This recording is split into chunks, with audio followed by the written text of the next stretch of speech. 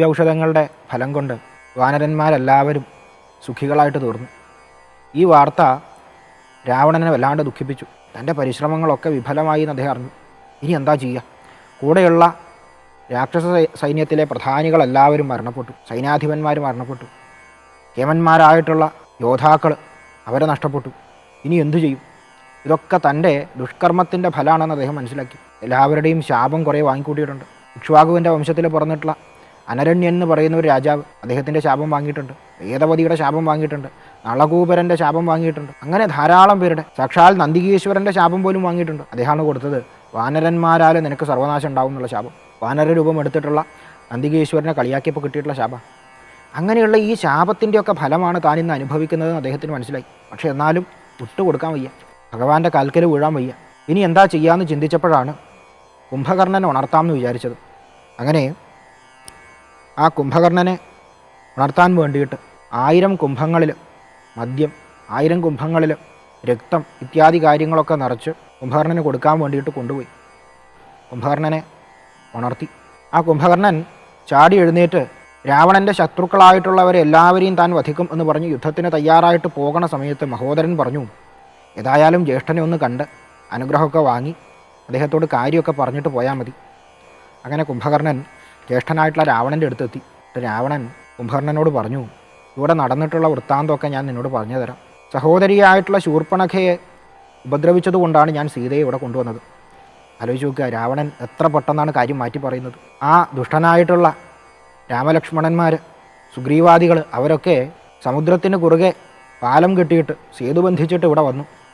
നമ്മുടെ സൈന്യത്തൊക്കെ ഒടുക്കി. ഇനി നീ മാത്രമാണ് രക്ഷയുള്ളത്. അതുകൊണ്ട് നീ എന്ത് ചെയ്യണം? അവരെ വധിക്കണം. സുഗ്രീവനും ശ്രീരാമചന്ദ്രസ്വാമിയും ലക്ഷ്മണനും ഒക്കെ ഇവരുടെ സൈന്യത്തിനുണ്ടാക്കിയിട്ടുള്ള സർവനാശങ്ങളും അറിഞ്ഞിട്ട് കുംഭകർണൻ രാവണന് നല്ല കാര്യങ്ങൾ പറഞ്ഞു കൊടുക്കുക. എന്താണ് ശ്രേഷ്ഠമായിട്ടുള്ളത്, എന്താണ് ശ്രേയസ്കരമായിട്ടുള്ളത് രാവണനോട് പറഞ്ഞു. നല്ല കാര്യം, യുക്തമായിട്ടുള്ള കാര്യം നിനക്ക് പറഞ്ഞു തന്ന വിഭീഷണനെ നീ പുറത്താക്കി. നല്ല കാര്യം തന്നെ. നമ്മുടെ നഗരത്ത് നിന്ന്, രാജ്യത്ത് നിന്ന് പുണ്യം എല്ലാം പിൻവാങ്ങിക്കൊണ്ടിരിക്കുകയാണ്. ഇത് നല്ല സൂചനയല്ല. യഥാർത്ഥ മന്ത്രിമാരുടെ കുറവാണ് നിനക്കുള്ളത്. അല്ലയോ രാവണ, അങ്ങേക്കുള്ള കുറവ് നല്ല മന്ത്രിമാരുടേതാണ്, നല്ല ഉപദേശകരുടെയാണ്, മറ്റൊന്നുമല്ല.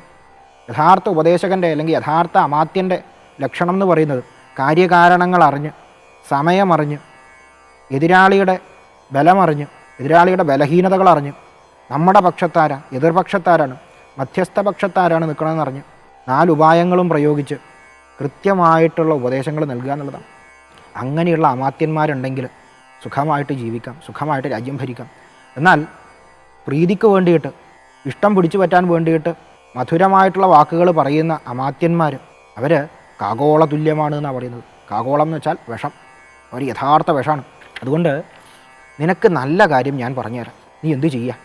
സീതാദേവിയെ ശ്രീരാമചന്ദ്രസ്വാമിയെ ഏൽപ്പിച്ച് അദ്ദേഹത്തിൻ്റെ കാൽക്കൽ ശരണം പ്രാപിക്കുക.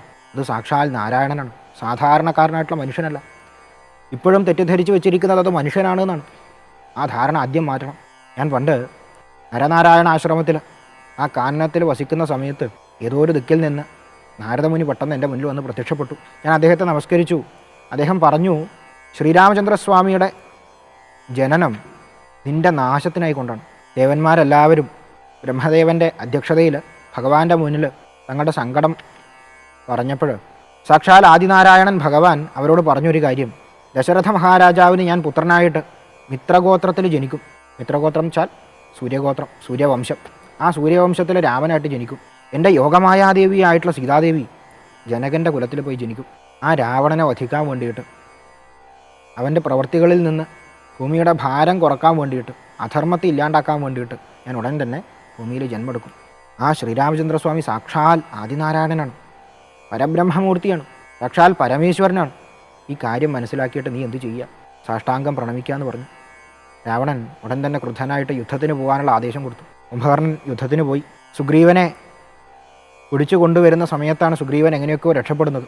അപ്പോൾ മാനഭംഗം കൊണ്ട്, അഭിമാനക്ഷതം കൊണ്ട് അദ്ദേഹം തിരിച്ചു വീണ്ടും യുദ്ധത്തിന് വന്നു. സാക്ഷാൽ ആദിനാരായണനായിട്ടുള്ള ശ്രീരാമചന്ദ്രസ്വാമി കുംഭകർണൻ്റെ 2 കൈകളും ഛേദിച്ചു കളയാണ്. വലത്തെ കയ്യിൽ ശൂലം പിടിച്ചിട്ടുണ്ടായിരുന്നു, അത് അദ്ദേഹം ആദ്യം ഛേദിച്ചു. ഇടത്തെ കയ്യിൽ വലിയൊരു സാലവൃക്ഷം പിടിച്ചിട്ടുണ്ടായിരുന്നു, അതും ഛേദിച്ചു. പിന്നെ അർദ്ധചന്ദ്രാകാരമായിട്ടുള്ള 2 അസ്ത്രങ്ങൾ കൊണ്ട് കാലുകൾ രണ്ടും ഛേദിച്ചു. അവസാനം ഐന്ദ്രാസ്ത്രം കൊണ്ട് ശിരസ് തന്നെ ഛേദിച്ചു. അങ്ങനെ കുംഭകർണനെ വധിച്ചു. കുംഭകർണന് യഥാർത്ഥത്തിൽ മോക്ഷപ്രാപ്തി കൊടുക്കുകയാണ് ഭഗവാൻ രാമബാണം കൊണ്ട്. അങ്ങനെയുള്ള ശ്രീരാമചന്ദ്രസ്വാമിയെ സാഷ്ടാംഗം പ്രണമിച്ചുകൊണ്ട് ഇന്നത്തെ അധ്യായം നമുക്ക് അവസാനിപ്പിക്കാം.